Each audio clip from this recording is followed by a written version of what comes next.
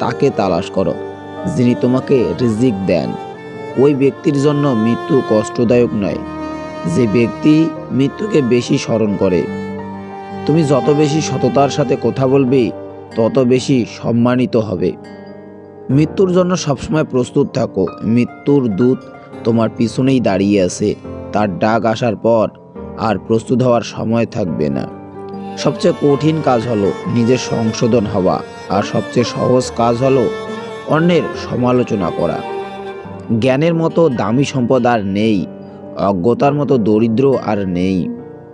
যে ব্যক্তি কোরআন বুঝতে পেরেছে, তার হাতে সকল জ্ঞানের চাবি এসে গেছে।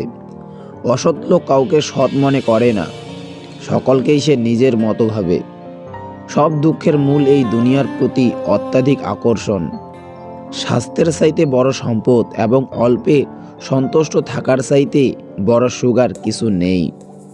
যে পৃথিবীকে বিশ্বাস করে, পৃথিবী তার সাথে ছলনা করে। প্রতিটি মানুষের মূল্য তার যোগ্যতায়। সম্মানহীন ব্যক্তির সম্মান করা ও সম্মানীয় ব্যক্তির অপমান করা একই প্রকার দোষের।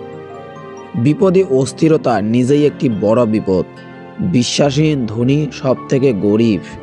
মনে রেখো, তোমার শত্রুর শত্রু তোমার বন্ধু, আর তোমার শত্রুর বন্ধু তোমার শত্রু। সেই ব্যক্তির পক্ষেই সবচেয়ে বেশি সৎ কাজ করা সম্ভব, যে নিজের রাগ নিয়ন্ত্রণে সক্ষম। যা সত্য নয় তা কখনো মুখে এনো না, তাহলে তোমার সত্য কথাকেও লোকে অসত্য বলে মনে করে। বুদ্ধিমান ও সত্যবাদী ব্যক্তি ছাড়া আর কারো সঙ্গ কামনা করো না।